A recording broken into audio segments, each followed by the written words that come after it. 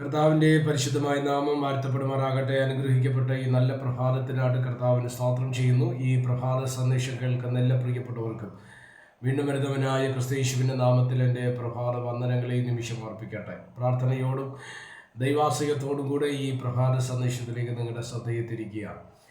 ലൂക്കോസ് എഴുതിയ സുവിശേഷം 5-ാം അധ്യായം അതിൻ്റെ 16-ാമത് വാക്യം. അവനും നിർജ്ജന പ്രദേശത്ത് വാങ്ങിപ്പോയി പ്രാർത്ഥിച്ചു കൊണ്ടിരുന്നു. ഈ വാക്യങ്ങൾക്കാണ് ദൈവത്തിന് സ്തോത്രം ചെയ്യുകയാണ്. വളരെ അനുഗ്രഹീതമായൊരു ചിന്ത. നമ്മുടെ വീണ്ടെടുപ്പുകാരനും രക്ഷിതാവുമായ യേശു കർത്താവിനെ പറ്റി പരാമർശിച്ച അനുഗ്രഹീതമായ ഒരു ചിന്ത. സ്തോത്രം. ഇവിടെ നമ്മൾ ശ്രദ്ധിച്ചേ, യേശു കർത്താവ് ഒരു പട്ടണത്തിൽ പോകുന്ന ഒരു മനുഷ്യനെ സൗഖ്യമാക്കുന്നതായിട്ട് നമ്മൾ വായിക്കുന്നുണ്ട്. 12-ാമത് വാക്യം മുതൽ കുഷ്ഠം നിറഞ്ഞൊരു മനുഷ്യനെ യേശുവിനെ കണ്ട് കവിണ്ണു വീണ്, കർത്താവ്, നിനക്ക് മനസ്സുണ്ടെങ്കിൽ എന്നെ ശുദ്ധമാക്കാൻ കഴിയും എന്നവനോട് അപേക്ഷിച്ചു. യേശു കൈനീട്ടി അവനെ തൊട്ടു. എനിക്ക് മനസ്സുണ്ട്, ശുദ്ധമാകാതെ പറഞ്ഞു. ഉടനെ കുഷ്ഠം അവനെ വിട്ട് മാറി. യേശു അവനോട് പറഞ്ഞു, ഇതാരോടും പറയരുത്, എന്നാൽ പോയി നിന്നെ തന്നെ പുരോഹിതനെ കാണിച്ച് അവർക്ക് സാക്ഷ്യത്തിനായിട്ട് മോശ കൽപ്പിച്ചതുപോലെ നിന്റെ ശുദ്ധീകരണത്തിനുള്ള വഴിപാട് അർപ്പിക്കുക എന്ന് അവനോട് കൽപ്പിച്ചു. എന്നാൽ അവനെക്കുറിച്ചുള്ള വർത്തമാനം അധികം പറയരുത് എന്ന് പറഞ്ഞിട്ടും യേശുവിനെ കുറിച്ചുള്ള വർത്തമാനം പരന്നു. സ്തോത്രം. വളരെ പുരുഷാരം വചനം കേൾക്കേണ്ടതിനും തങ്ങളുടെ വ്യാധികൾക്ക് സൗഖ്യം കിട്ടേണ്ടതിനും കൂടി വന്നു. അപ്പോഴാണ് യേശു കർത്താവനോ നിർജ്ജന പ്രദേശത്ത് വാങ്ങിപ്പോയി പ്രാർത്ഥിച്ചുകൊണ്ട് ഇരുന്നു. സ്തോത്രം. നമ്മളെല്ലാവരും പ്രാർത്ഥിക്കുന്നവരാണ്, അല്ലേ? പ്രത്യേകിച്ച് ക്രിസ്തീയ വിശ്വാസത്തിൻ്റെ ഏറ്റവും വലിയ അടിത്തറ എന്ന് പറയുന്നത് പ്രാർത്ഥനയാണ്. ഒരു വാഹനത്തിൻ്റെ എൻജിൻ പോലെയാണ് ഒരു വിശ്വാസിയുടെ പ്രാർത്ഥന എന്ന് പറയുന്നത്. പ്രാർത്ഥനയില്ലാത്ത വിശ്വാസി എൻജിനില്ലാത്ത വണ്ടി പോലെയാണ്. മോഡലൊക്കെ അല്ലെങ്കിൽ അതിൻ്റെ പുറം ബോഡി ഒരു പക്ഷേ കണ്ടെന്ന് വരാം. എൻജിനില്ലെങ്കിൽ വണ്ടി ഒരിക്കലും മൂവ് ചെയ്യത്തില്ല. വിശ്വാസ ജീവിതത്തിൻ്റെ ഏറ്റവും വലിയ അടിസ്ഥാനം എന്ന് വിശേഷിപ്പിക്കുന്നത് പ്രാർത്ഥന തന്നെയാണ്. ഏത് നമ്മൾ പഠിക്കുമ്പോൾ പ്രാർത്ഥന എന്ന് പറയുന്നത് വളരെ ശക്തിയേറിയ ഒരായുധമാണ്. പിശാചിനെതിരെയോ സ്തോത്രം ദൈവം നമുക്ക് തരുന്ന നന്മകൾ, അനുഗ്രഹങ്ങൾ, ഇതൊക്കെ പ്രാപിക്കുന്നതിനോ സ്തോത്രം മുന്നോട്ടുള്ള നമ്മുടെ പ്രയാണങ്ങൾക്ക് ബലം നൽകുന്നതോ സ്തോത്രം ഒരേ ഒരു കാര്യം പ്രാർത്ഥനയാണ്. എന്താണ് പ്രാർത്ഥന? പലപ്പോഴും പ്രാർത്ഥന എന്ന വാക്കിനെ കുറിച്ച് നമ്മൾ മനസ്സിലാക്കുമ്പോൾ പലർക്കും ഇതിൻ്റെ ആഴം അറിയത്തില്ല. എന്തോ വന്നിരുന്ന് പറഞ്ഞിട്ട് പോകുന്ന ഒരു തലത്തിലേക്ക് ഇന്നത്തെ ആത്മീയരുടെ പ്രാർത്ഥനകൾ വഴിമാറി എന്നുള്ളത് സത്യമല്ലേ? നമുക്കറിയാം, കൺവെൻഷൻ വേദികളിലോ പൊതുവേദികളിലോ പ്രാർത്ഥിക്കുമ്പോൾ അവരവരുടെ വാക്കുകളുടെ കസർത്തുകളും ഇല്ലെങ്കിൽ ജ്ഞാനത്തെ കാണിക്കാൻ വേണ്ടി, എനിക്ക് ഇന്നതൊക്കെ പറയാൻ കഴിയുമെന്ന് കാണിക്കാൻ വേണ്ടി അതുപയോഗിച്ച് പ്രാർത്ഥിക്കുന്ന പ്രാർത്ഥന വാചകങ്ങളുടെ കസർത്തുകൾ അല്ലെങ്കിൽ അങ്ങനെയുള്ള വാക്പയറ്റുകൾ നമ്മൾ കേട്ടിട്ടുണ്ട്. അതാണോ പ്രാർത്ഥന? നിന്നെക്കാട്ടി ഞാൻ കൊള്ളാം എന്ന് പറയുന്ന രീതിയിൽ പ്രാർത്ഥിക്കുന്ന പ്രാർത്ഥനകൾ, ചിലരുടെ പ്രാർത്ഥന വെക്കുമ്പോൾ നല്ല സൂപ്പറായിരുന്നു എന്നൊക്കെ ചിലർ പറയാറുണ്ട്. സ്തോത്രം. അങ്ങത്തിന് വേണ്ടിയുള്ളതാണ് പ്രാർത്ഥന. പ്രാർത്ഥന എന്ന് പറഞ്ഞ ചുരുക്കത്തിൽ എന്നെ ഈ ചുരുങ്ങിയ സമയത്തിനകത്ത് നിന്ന് ഒരു ചെറിയ ചിന്ത പ്രാർത്ഥനയെക്കുറിച്ച് പറയാം. പ്രാർത്ഥന എന്ന് പറയുന്നത് വാക്പയറ്റിനുള്ളതല്ല. സ്തോത്രം.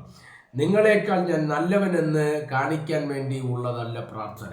നിന്നേക്കാൾ എനിക്ക് ജ്ഞാനമുണ്ട് എന്ന് അറിയിക്കാൻ വേണ്ടിയുള്ളതല്ല പ്രാർത്ഥന. സ്തോത്രം. അത് പ്രസംഗിക്കുമ്പോൾ കാണിക്കാം, ഓക്കെ, നല്ലതാണ്. സ്തോത്രം. ആൾക്കാർക്ക് അത് രസം പകരും.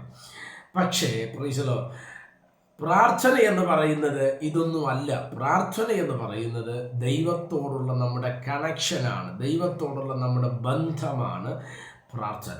ഒരു മനുഷ്യ ജീവിതത്തിൽ ബന്ധങ്ങൾ ഉറപ്പോടെ നിൽക്കണമെങ്കിൽ വ്യക്തികൾ തമ്മിൽ സംസാരിച്ചിരിക്കണം. സംസാരം നഷ്ടപ്പെടുന്ന ഇടത്താണ് ബന്ധങ്ങൾക്ക് പ്രയാസം വരുന്നത്.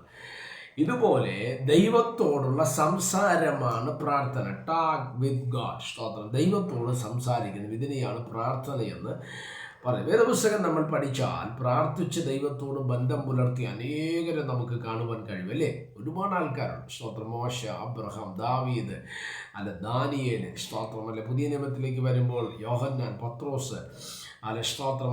ഇവരൊക്കെ യാക്കോബിനെ കുറിച്ചൊക്കെ പുതിയ നിയമത്തിൽ പറയുന്ന ഒട്ടകത്തിൻ്റെ മുട്ടുപോലെയുള്ളവൻ, അത്രയ്ക്ക് മുഴങ്കാൽ പടിയിൽ നിന്ന് പ്രാർത്ഥിക്കുന്ന പ്രാർത്ഥനകളെ നമ്മൾ ശ്രദ്ധിച്ചിട്ടുണ്ട്. എന്നെ ശ്രദ്ധിക്കുന്ന ദൈവമക്കളോട് ഞാൻ പറയാം, പ്രാർത്ഥന എന്ന് പറയുന്നത് മാറിയിരുന്ന് ഇവിടെ യേശു കർത്താവിനെ കുറിച്ച് പറയുന്നത് അവന് നിർജ്ജന പ്രദേശത്ത് വാങ്ങിപ്പോയി പ്രാർത്ഥിച്ചു. അതിൻ്റെ അർത്ഥം എന്നതാ? സ്തോത്രം. പ്രാർത്ഥന എന്ന് പറഞ്ഞത് പ്രൈസല ഒന്നും കാണിക്കാനുള്ളതല്ല, ദൈവത്തോടുള്ള നമ്മുടെ ബന്ധത്തെ ഉറപ്പിക്കാൻ വേണ്ടി.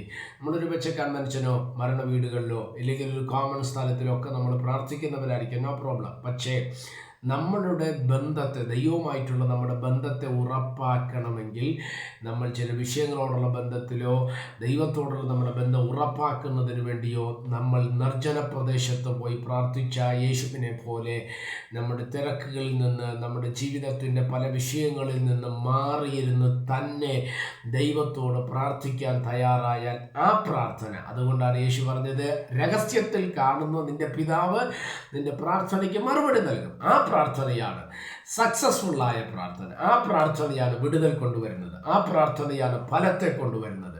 അതുകൊണ്ട് ബൈബിൾ പറഞ്ഞ നീതിമാന്റെ ശ്രദ്ധയോടുകൂടിയ പ്രാർത്ഥന വളരെ ഫലിക്കുന്നു. ശ്രദ്ധയോടെ പ്രാർത്ഥിക്കുക, വിശ്വാസത്തോടുകൂടെ പ്രാർത്ഥിക്കുക, മാറിയിരുന്ന് തന്നെ ദൈവത്തോട് ബന്ധപ്പെടുക. ദൈവം നമ്മെ സഹായിക്കട്ടെ. പ്രാർത്ഥിക്കുക. പരിശുദ്ധനായ ദൈവമേ, സ്വർഗീയ പിതാവേ, സന്ദേശത്തിനായിട്ട് നന്ദി. കർത്താവ്, ഫലവത്തായ ഒരു പ്രാർത്ഥന ദൈവത്തോട് നടത്തുവാൻ, അല്ലെങ്കിൽ ദൈവിക ബന്ധത്തെ ഉറപ്പാക്കുവാൻ അവിടെ ഞങ്ങളെ സഹായിച്ചാലും, പ്രാർത്ഥനയില്ലാത്തവരുടെ മേൽ പ്രാർത്ഥനയുടെ ആത്മാവിനെ പകർന്നാട്ട് ദൈവത്തിൻ്റെ ശക്തി അതിനായി വെളിപ്പെടും. എല്ലാം മഹത്വം കർത്താവിൻ യേശു ക്രിസ്തുവിൻ നാമത്തിൽ തന്നെ. ആമേൻ. എല്ലാവരെയും ദൈവം അനുഗ്രഹിക്കട്ടെ. God bless you.